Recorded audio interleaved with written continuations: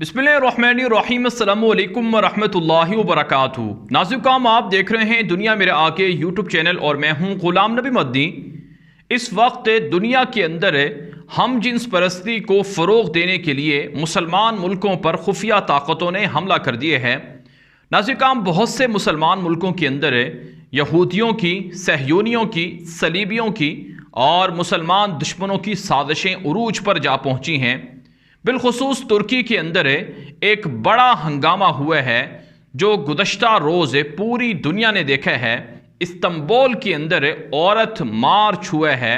जी हाँ नाज़िर, वही औरत मार्च जिसके अंदर सेकुलर, लिबरल, फाशिस्ट जो ख़वातीन हैं वो सड़कों पर निकलती हैं और अपनी राय को थोपती हैं हुकूमत पर और मुसलमानों पर। आप जानते हैं इस तरह के औरत मार्च पाकिस्तान के अंदर भी हो चुके हैं और इस तरह की औरत मार्च का या औरत कार्ड खेलने वाली ख़वातीन तालिबान के ख़िलाफ़ काबुल के अंदर सड़कों पर भी निकल चुकी हैं और दुनिया के मुख्तलिफ़ इस्लामी ममालिक के अंदर मुसलमानों के जो कवानीन हैं, जो उनकी रिवायात हैं, जो उनकी सकाफ़त है, जो उनका कल्चर है, उसे रौंदने के लिए यहूदी, यूरोपी, सहयूनी जो मंसूबे हैं उनको पाया तकमील तक पहुँचाने के लिए तरह तरह के मुतालबात कर चुके हैं। नाज़िर खबर सामने आ रही है कि इस्तांबुल के अंदर तैयब उर्दवान की हुकूमत को धमकियां दी जा रही हैं। तुर्क सदर रजब तैयब उर्दवान कामयाबी से 20 साल से ज़ायद अरसे से हुकूमत कर रहे हैं और उनके जो इस्लामाइजेशन के प्रोग्राम्स हैं, जो उनके मंसूबे हैं, उन्हें पूरी दुनिया तस्लीम करती है। हम आपको गुज़श्ता वीडियोस के अंदर ये बातें बता चुके हैं कि दुनिया के कामयाब हुक्मरानों में एक बड़ा नाम तैयब उर्दवान का भी है।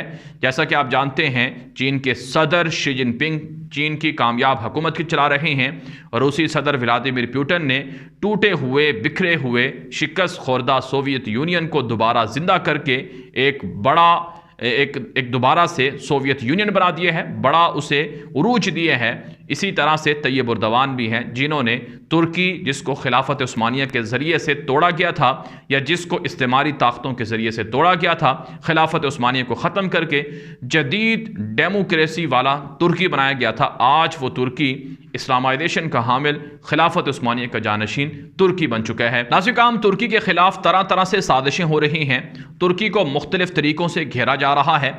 एक तरफ से शाम से, इराक़ से कुर्द बागियों को बाकायदा सपोर्ट दी जाती है कि तुर्की पर हमला किया जाए, फंडिंग दी जाती है, असलहा दिया जाता है, तरबियत दी जाती है और ये सब कुछ इसराइल कर रहा है, अमेरिका कर रहा है और यूरोप करवा रहा है जो तुर्की के सबसे बड़े दुश्मन हैं। इसी तरह से तुर्की के ख़िलाफ़ दाइश के दहशतगर्दों को उकसाया गया और उनको हमलों के लिए बाकायदा फंडिंग और तरबियत दी गई।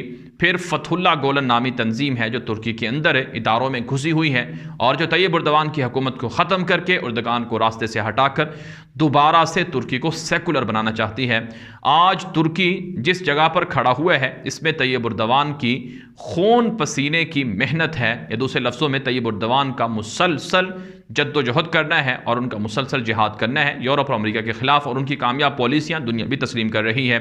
नाज़िर इस्तांबुल के अंदर औरत मार्च होता है, बल्कि पिछले एक हफ्ते से औरतें वहाँ पर सेकुलर और लिबरल औरतें एहतजाज कर रही हैं और मुतालबा ये कर रही हैं कि तुर्की ने 2011 के अंदर इस्तांबुल में एक बड़ी समिट बुलाई थी। उसके अंदर कुछ बड़े मुआहदे हुए थे जिसमें तुर्की ने भी एग्रीमेंट किया था, तुर्की ने भी दस्तखत किए थे कि औरतों को हकूक़ दिए जाएंगे। तैयब उर्दवान ने जुलाई के अंदर इस मुआहदे से तुर्की को अलहदा कर लिया है।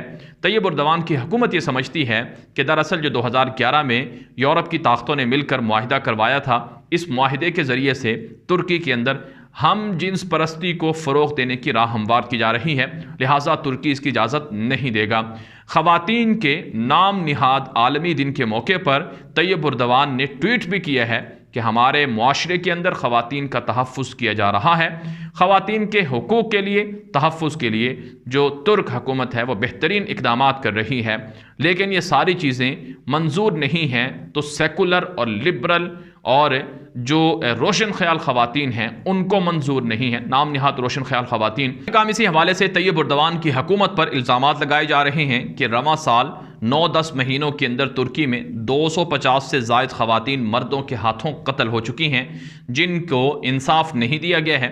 मर्दों के औरतों के ख़िलाफ़ जो जराइम हैं, इनको रोकने के लिए ये औरत मार्च या औरत कार्ड खेलने वाली ख़वातीन का मुतालबा है कि फ़ौरी तौर पर उस मुआहदे के अंदर तुर्की शामिल हो, वो मुआहदा जिसके ज़रिए से हम जिन्स परस्ती को पूरी दुनिया के अंदर खुफिया ताकतें परवान चढ़ा रही हैं। नाज़रीन काम, इस वक्त कई मुल्कों के अंदर हम जिन्स परस्ती को फ़रोग़ देने के लिए तहरीकें चल रही हैं। खुफिया तरीके से लॉबिंग करके हम जिन्स परस्ती को फ़रोग़ दिया जा रहा है। दुनिया के बड़े बड़े ममालिक के अंदर मीडिया चैनल्स को और मीडिया मालिकान को अरबों रुपए तकसीम किए गए हैं। उन्हें मुख्तलिफ़ इश्तिहारात के ज़रिए से, मुख्तलिफ़ प्रोडक्ट्स या मसनूआत की तशहीर के ज़रिए से पैसे दे जा रहे हैं।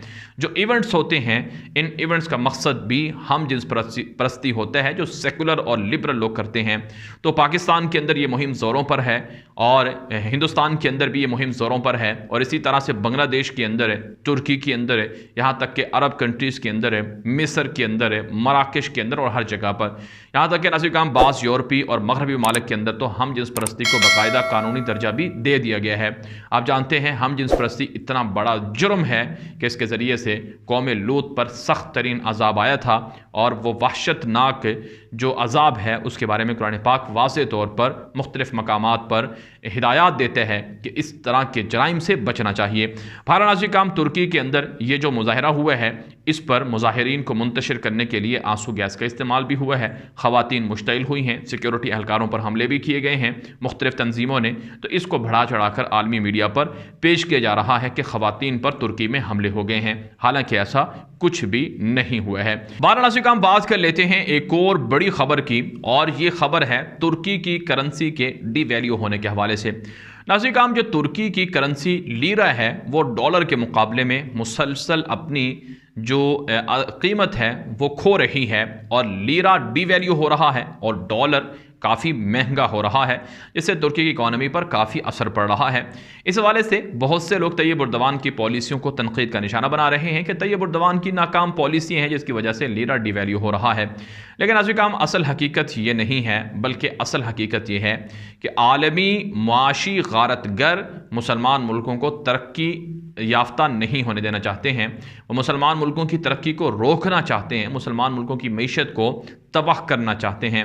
तैयब उर्दवान गुज़श्ता कई महीनों से सूद के ख़िलाफ़ बयान दे रहे हैं कि सूदी निज़ाम को ख़त्म किया जाएगा, इस्लामी निज़ाम को लाया जाएगा, इस्लामी निज़ाम से जो इस्लामी माशी निज़ाम के ज़रिए से जो फ़वाइद हैं वो आवाम तक पहुँचाए जाएंगे।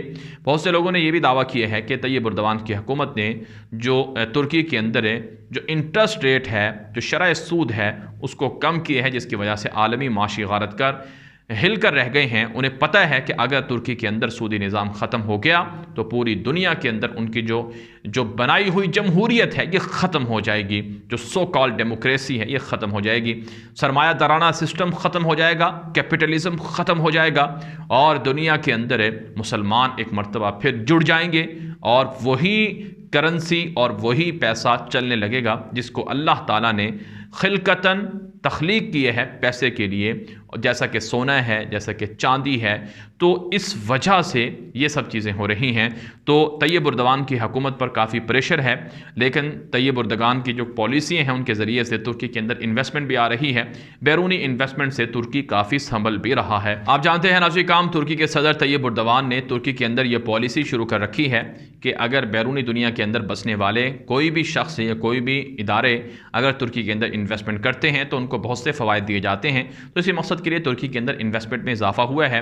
इसी हवाले से एक रिपोर्ट में कहा गया है कि 160 अरब डॉलर की इन्वेस्टमेंट तुर्की के अंदर आई है पिछले 18-19 सालों के अंदर, जिसमें जो मुत्तहिदा अरब इमारात है ये भी एक अरब दुनिया का बड़ा मुल्क है जिसने 10 अरब डॉलर की इन्वेस्टमेंट करने का ऐलान किया है। इसी तरह से नाज़रीन काम, एक अच्छी खबर ये भी है कि जो सऊदी अरब की हुकूमत है वो भी तुर्की के साथ ताल्लुकात बहाल कर रही है। नाज़रीन काम, गुज़श्ता दिनों मुत्तहिदा अरब इमारात के वली अहद मोहम्मद बिन जायद अल नहयान ने तुर्की का दौरा किया था और तुर्की के सदर तैयब उर्दवान से मुलाकात की थी, मुआहदे हुए थे और तलखियाँ ख़त्म की गई थी, शिकवे गिले शिकवे दूर किए गए थे, और तुर्की और मुत्तहिदा अरब इमारात के 2017 के बाद ताल्लुकात बहाल हुए हैं। तो अब सऊदी अरब भी 2017 के बाद ताल्लुकात बहाल कर रहा है।